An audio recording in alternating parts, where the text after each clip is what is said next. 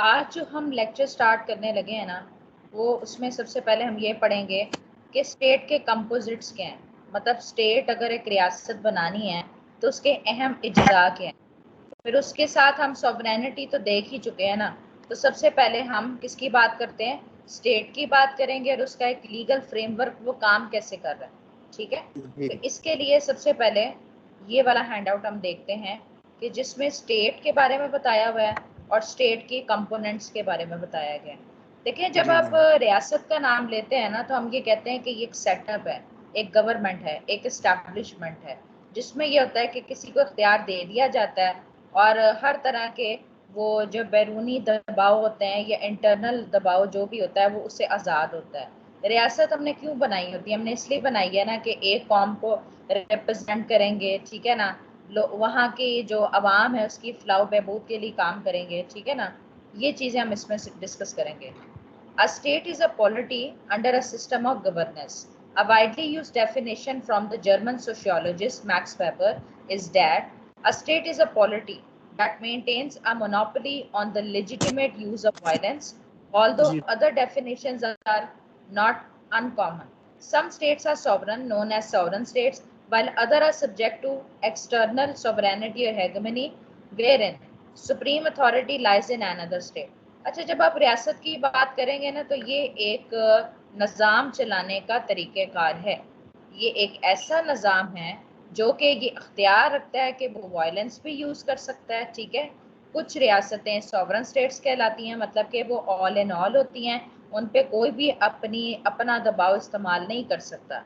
लेकिन बाज़ औक़ात क्या होता है कि ऐसी भी रियासतें मिलेंगी जिस पर दूसरी रियासत अपना कंट्रोल इस्तेमाल करती है, ठीक है।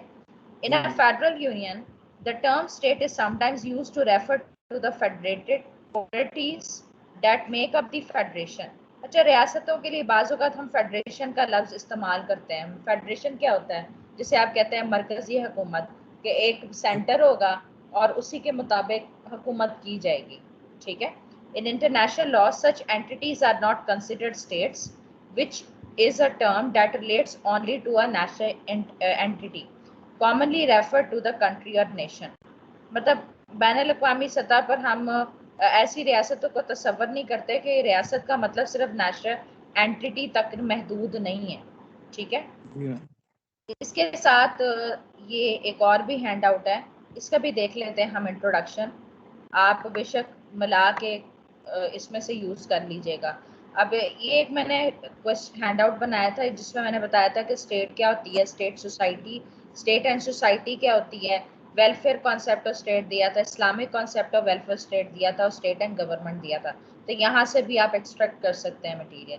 जी जैसे कि मैम। यहाँ पर बताया गया है कि group of people which have acquired international recognition as an independent country and which have a population, a common language, a defined and distinct territory.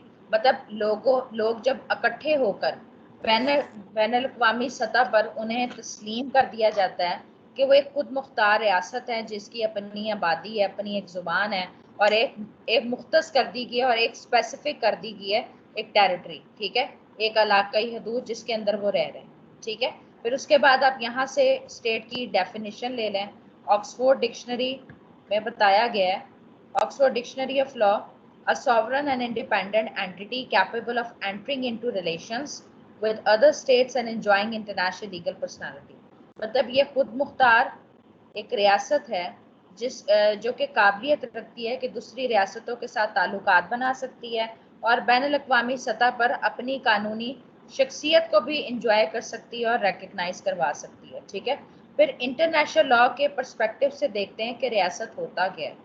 As per people permanently occupying a fixed territory bound together into body politic by common subjection to some definite authority and exercising through the medium of an organized government a control over all persons and things capable of maintaining relation of peace and war and free from external politic control.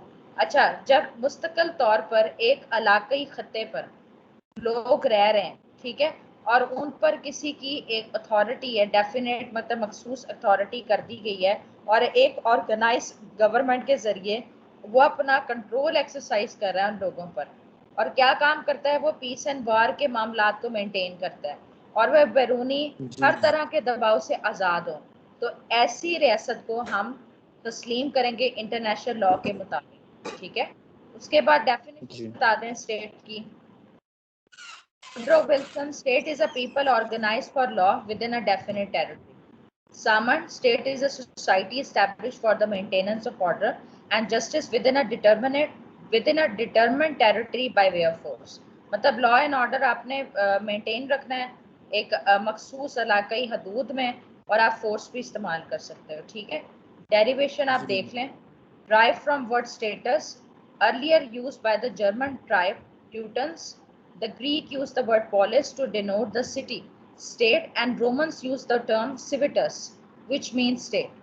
तो ये आप देख सकते हैं कि मुख्तलिफ इलाकों में किस तरह से रियासत का लफ्ज इस्तेमाल हुआ है कि जर्मन ट्राइब में ट्यूटन से कहा जाता था, ग्रीक से पोलिस कहते थे, तो इसे शहर का नाम या रियासत का नाम दिया जाता था, और रोमन से सिविटस के नाम से यूज कर सकते हैं। ठीक है, तो आप जी इंट्रो दें, इंटरप्रिटेशन दें, डेफिनेशन दें, डेरिवेशन आपको मिल गई।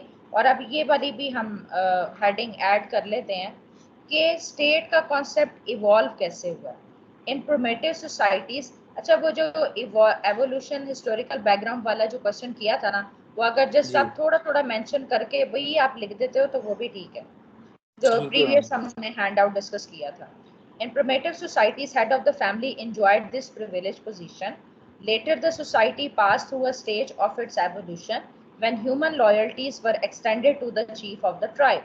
All the political thinkers, both Western and Muslim, are unanimous agreed that state is an integral part for the evolution of human civilization.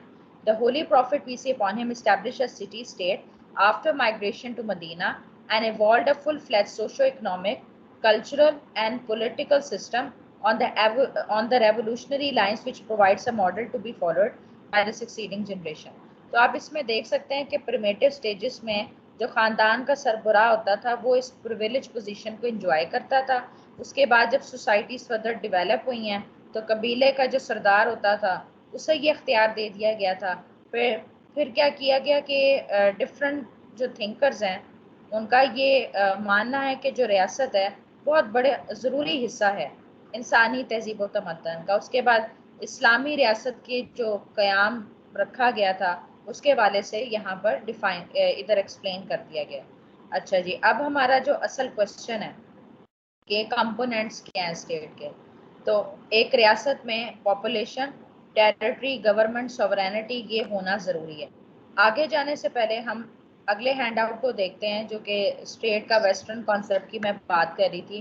तो हमारा इंट्रो एटिमोलॉजी भी हमने डिस्कस कर लिया है, स्टेट की इंटरप्रिटेशन भी कर दी है, डेफिनेशन भी देख ली है। ठीक है ना, आप यहाँ से भी देख सकते हैं या वहाँ से देख लीजिएगा जैसे आपको सही लगे। अच्छा, कंपोनेंट्स की बात करते हैं। सबसे पहले है पॉपुलेशन। देखिए, आबादी होगी तो रियासत का वजूद होगा ना, लोग होंगे तो आप उस पर पावर एक्सरसाइज करेंगे। In the जी absence of population, the idea of any human organization cannot be conceived. Population of a state consists of all citizens whose rights and duties are legally recognized. Size. इसकी बात करें तो इसके हवाले से मुख्तलिफ नज़रियात होंगे, क्योंकि आपको पता है कि पहले ज़माने में तो जो थोड़ी सी आबादी होती थी उस पर मुश्तमिल भी हम कहते थे कि रियासत है। तो ये कहीं डिफाइंड नहीं है कि इतनी तादाद होगी तो ही रियासत बनेगी। The early Greek philosophers under the impact of their contemporary क्या होता है? मौजूदा of their contemporary environments preferred a limited number of population for city-state. Aristotle was of the view that it should neither be so small, making it difficult to discriminate between rulers and rule, nor so vast, making inconvenience in the smooth functioning of the administration. Modern approach. इसका नुक्ता नजर देखते हैं। There are many states in the world whose population exceeds to millions, while in the vastness of population does not create any administrative difficulties. Size of population vary in different states. Modern scholars of political science, while analyzing the nature and functioning of political system, give full consideration to the attitude, trends and cultural background of its population. अब देखें, दुनिया की ऐसी कई रियासतें हैं जिसमें million से भी ज्यादा आबादी पाई जाती है। ठीक है ना, तो फिर इसका मतलब ये नहीं होता कि आबादी ज्यादा होगी तो एडमिनिस्ट्रेटिव टास्क मुश्किल हो जाएगा, लेकिन वो फिर उसको मैनेज किया जाएगा। हाँ जी, कोई आपको सवाल है? नहीं मैम। हेलो, जी मैम सुन रहा हूँ। क्लियर है आपको? मैम आपको मेरी आवाज आ रही है? जी मैम आ रही है, आपको आ रही है मेरी? पता नहीं बीच में डिस्टॉर्शन थी। अच्छा जी, टेरिटरी, एक कोई इलाकाई सत्ता। A notable feature which differentiates a state from a nomadic people, nomadic people जो होते हैं, जो खाना बदोश लोग होते हैं, कबीले की सूरत में रहते हैं, तो फर्क पाया जाता है ना नोमैडिक पीपल में और टेरिटरी में। स्टेट का नोमैडिक पीपल से एक फर्क पाया जाता है।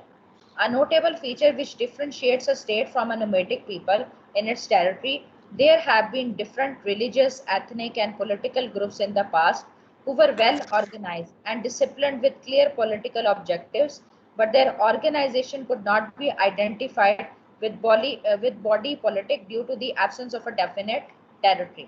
उसके बाद फिर गवर्नमेंट भी जरूरी है। Government is an organ of state through which the will of the state is formulated, that is, its sovereignty is exercised. It is the government that performs the important functions of rule making, rule execution, and rule application. It is one of the element of state. It keeps on changing while state remains intact. देखिए, रियासत तो मुस्तकिल है, सरकार बदलती रहती है, मतलब डिफरेंट टाइप्स ऑफ गवर्नमेंट तो एक्सरसाइज में रहते ही हैं। Change in government does not affect the existence of state. उसके बाद सॉवरेनिटी भी होनी चाहिए। According to Samant, sovereignty of supreme power is that which is absolute and uncontrolled within its own sphere. Sovereignty is an essential element of state that signifies its paramount position to command unconditional obedience from its citizens. ठीक है, तो ये आपने देखा कि कौन से अहम इज्जा हैं जो किसी रियासत में होना जरूरी है। ठीक है, अब इसके अलावा आप यहाँ से मजीद एक्सट्रैक्ट कर सकते हैं। वैसे तो सोसाइटी आपके टॉपिक में इंक्लूडेड नहीं है, आप इसको यहाँ से निकाल सकते हैं। इस्लामिक स्टेट का ज़रा आप कॉन्सेप्ट दे सकते हैं कि इस्लामिक रूल्स एंड रेगुलेशन के मुताबिक जहाँ पर मुसलमान अपनी ज़िंदगियाँ गुजार सकते हैं वो इस्लामिक स्टेट कहलाती है।